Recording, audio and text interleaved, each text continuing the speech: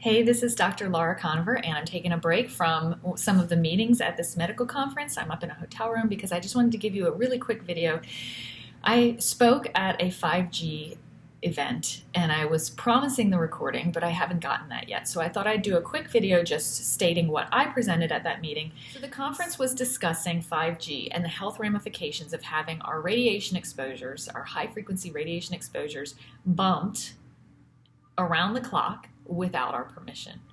And while I don't personally feel it will be the annihilation, extinction event that some people feel, I do think it's a serious health issue. And I really feel a similar feeling, but more strongly towards this issue, as I have in the past when the government has come in and without our permission done something that I feel is not helpful to living biological tissues. And my example I gave at the conference on 5G was fluoride.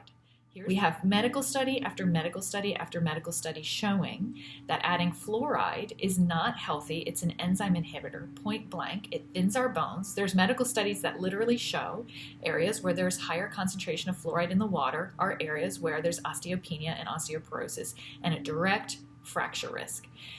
We have medical studies that show that fluoride is taken up in our cardiovascular system and increases the incidence and possibility and probability of having heart disease, stroke, and other coronary artery events. We also have medical studies that show that fluoride literally decreases IQ. But this is something that they're putting in the water for our babies to drink, our children to drink, and adults to drink for an entire lifetime. That said, even though I'm frustrated by that toxic exposure that we all have, that we don't even think about. It's like the least thing on our radar is worrying about fluoride in our public water supply.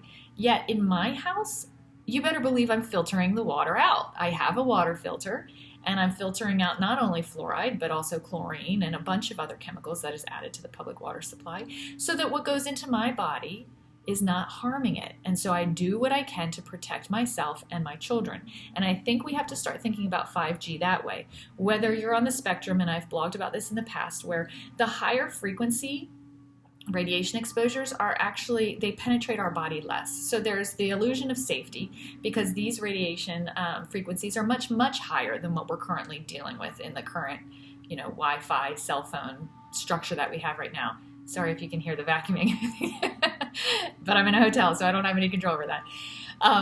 But anyway, think of it like UV exposure. That's a very high frequency ultraviolet radiation. And so we only really worry about it being cancers to our skin, photoaging, and skin cancers. But we know that it mutates DNA, right? It's toxic. UV exposure absolutely irradiates our bodies, and it's not good for us. But we only worry about it being skin deep. So same thing with this 5G. It doesn't go penetrate the body as deeply, but does that make me feel a lot better? No, not really, because guess what's in our skin? Even if it was only skin deep, which there's controversy. It hasn't absolutely been set, certainly hasn't been tested enough. I'm certainly not comfortable with it. And even if it was shown to be only skin deep, in our skin is representative of every major organ system we have, including our circulation, which also goes to every other major organ system we have, and directly back to our heart. Also, there's nerve and nerve endings, which is why some people can literally feel that radiation exposure. And that, of course, goes right back to our brain and is connected to every other nerve cell in our entire body. So there's neurologic effects over time. There's immune effects over time. It's immunosuppressive. We have immune cells in our skin and circulating in our blood, which we already talked about is in the skin. So there's body-wide exposures, even if it just goes to our skin. But it probably penetrates into the dermis, not just the epidermis. And so the good news is that the shorter the wavelengths, it's easier to shield, right? So with the sun, we just put sunscreen on, a physically blocking sunscreen or a rash guard, and it does prevent damage from going deeper into our body, right? Or even going into our skin at all. And I think we're going to have to start thinking about 5G unless worldwide we stop that exposure. But even with what we have now with Wi-Fi signals and cell phones, we want to start thinking about protecting our body to the best of our own ability, even if we have not been able to be stopping it and controlling our external circumstance. So don't get depressed. Sometimes we can't control what our exposures are, like with the fluoride, but we certainly can control the exposures to our body. And that's the message I really wanted to give at this conference. Wasn't that it's safe, because we don't know that, and I don't think so. And not that, just to put it out of your mind, but also not to think of it as an extinction event that you have no control about and get depressed and get really down about it. No, instead, understand that just like with the sun, we can take measures to protect ourselves. Just like with the fluoride, which the government, I don't rely on the government to necessarily set my own health standards or the health standards for my children. So I'm proactive about removing fluoride and chlorine from the water we drink and from the water we bathe in, because I don't believe that that's a healthy exposure, and there's repeated medical studies showing it's not. So even when and if there are repeated medical studies on human models, and these are on humans, so right now we have animal studies showing 5G is toxic to living tissues, but even if and when we have human studies, do I believe the government is going to necessarily protect me to the best of its ability? No, just like with the fluoride. So just like with having an at-home water filter and a shower filter, for sure, I am going to do the same thing with my radiation exposures that I do with the sun, which is I want to block what reaches my body and what reaches my internal environment so that I can protect my health. And that is doable. And that's what I think we need to focus on when we talk about 5G is actionable things that you can do. Absolutely 100% you can mitigate some of these exposures so that you boost your own internal resiliency. Human beings, living things, have an innate health. You are constantly being made anew. Your body is constantly refreshing and fixing and correcting. Even in the case of what we're talking about with sun exposure, your body can go in and remove precancerous cells from your skin and heal before you develop skin cancer if you are protecting your health and you have a robust immune system that's constantly going around and looking for damage and replacing it with fresh new cells. That's how the human body works, or none of us would be alive right now. So we're adaptable and we can survive incredibly toxic exposures and conditions, but you just have to be educated on how. I specifically a few months ago went to a medical conference that was directly 100% on screen time and what screens and cell phones and computers and Wi-Fi are doing to youth, all right, are doing to children. And I knew that a lot of it would be about the psychological ramifications of, screen addiction and what social media is doing to anxiety and depression in our teens, and really just what the sedentary, how that affects our health is, for children are now sitting for longer than they've ever sat, and a lot of it's because of this passive entertainment with video games and TV and stuff like that. And I knew that, and that wasn't really why I was attending. I was attending for those little pearls of course, when some of the day would be devoted to what the radiation exposures were also doing. But guess what? I sat for 8 hours in a medical conference, and there was not one sentence on what Wi-Fi, smart screens, smartphones, in the school, in our cars, in our homes was doing to our children. Not one correlation between the radiation exposures and attention span or mental illness or other, autoimmune disease or other inflammatory conditions that children did not used to have. They have now, and there is plenty of evidence that Wi-Fi exposures cause a cascade of biologic ramifications, and there was not one sentence on it in this entire medical conference. And these are the pediatricians and physicians and family practitioners that are now going out, and the only thing that they were equipped after that conference to talk about was limiting screen time just for your child's psychological well-being, which is important.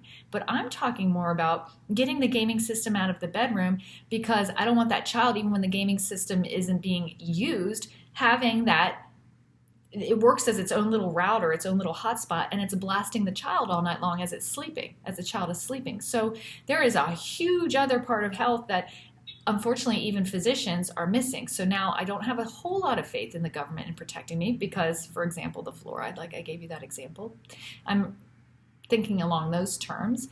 And I don't have a whole lot of faith in the medical establishment. Well, that's not a conversation we're even having yet. And this is something we've known about for a long time.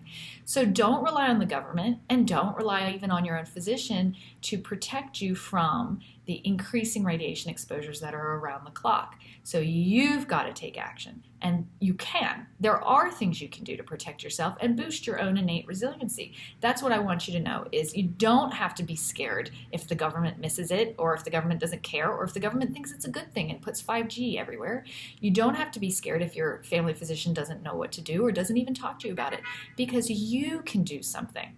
Absolutely 100% you can do something. The first thing you can do, which I've blogged about and I'll link you to below, is mitigate your own exposures. So in your own home, decrease your own exposures in the places where you spend the most time. You may not be able to do it everywhere out and about. It may not be able to do it at work, may not be able to do it when you travel, but when you're home, for sure, you can decrease your own exposures. Docking the cell phone out of the room, or at least having it on airplane mode at night, getting the gaming systems in the main living spaces, but not allowing them in any of the bedrooms, putting a cover on your Wi-Fi router so that it decreases signal strength. These little things you can do not change your quality of life.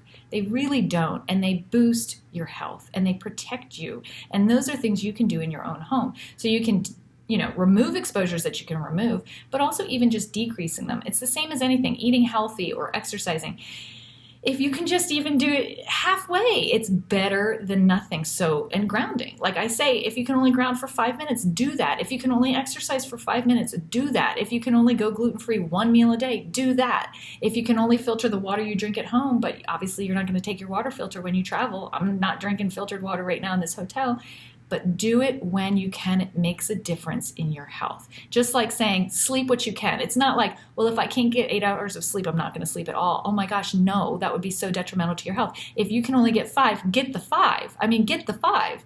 Get the 5 hours of sleep. So that's how I feel about your radiation exposures. Decrease what you can in your own home. I've talked about in other videos how I have a cream that decreases radiation exposure. So you can put cream on your face and on your exposed skin, and then you can wear shielding clothing when you're out and about. And also when you're home, you can sleep under shielding blankets. I have shielding sleeping bags. I am considering putting shielding wallpaper if that's something people would want to put in their room. In the meantime, you can for sure just align with aluminum foil, and you can really make your bedroom your sanctuary, where you then have that carved out space for your body to be healthy and to recover. And you can also, on top of shielding from these exposures, really boost your own resilience in other ways. So if you think of health as a balance, as a scale, all you want to do is tip it in your favor of your innate ability to recover and to produce new fresh tissue, which is what your body's always doing. Even on your deathbed, your body is still making new cells and replacing other things. It's constantly, if you're alive and breathing, you are making a new body. You're in the process of making a new body. So you just want to tip the scale in the balance of giving your body time and space to do what it does naturally. You don't have to micromanage it. You don't have to fix it.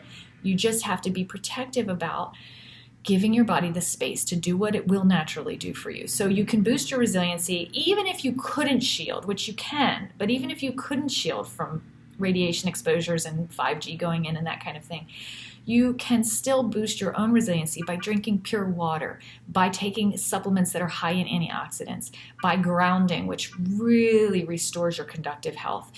There are a lot of healthy practices, walking instead of driving, just getting 30 minutes less sitting time each day, even if you don't like formal exercise. There's tons of things you can do to boost your resiliency. On top of boosting your own resiliency, there's tons of things you can do to actually physically shield from the environment when you can't control what's going in and what the government is placing in your community. I'm going to leave you with this thought to just hopefully feel empowered. So I was recently at a medical conference, and they were talking about a totally different topic. They were talking about stress, but this is very applicable because radiation is a constant onslaught of stress to our human body. So think of it the exact same way. So I'm going to share the same analogy. They were saying if we can't remove stress from the workplace, what good is meditating for 10 minutes? So imagine this.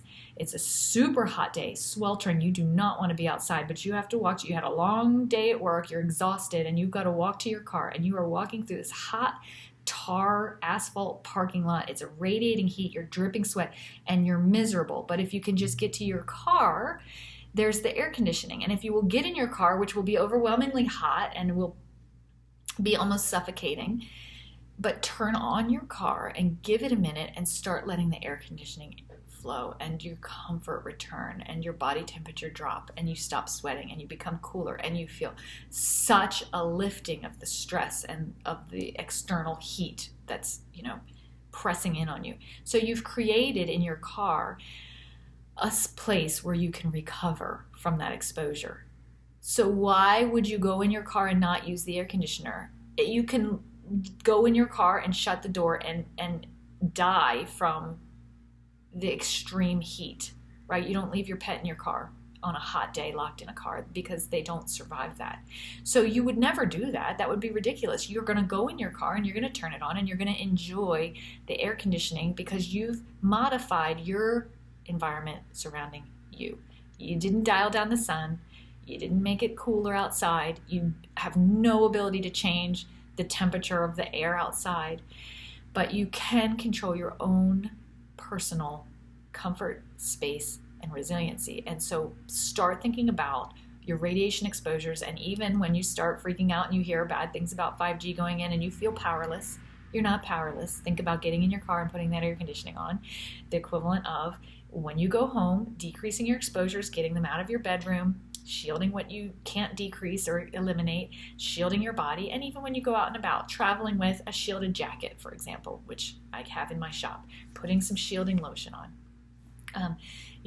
boosting your resiliency in other ways, making sure you have that fresh water, making sure you take those great antioxidants and supplements that really boost your health, making sure you get that deep restorative sleep at night, making sure you do exercise each day, because anything that you do to boost your health in any way is going to boost your resiliency even to other toxic exposures like Wi-Fi and other sources of radiation, okay?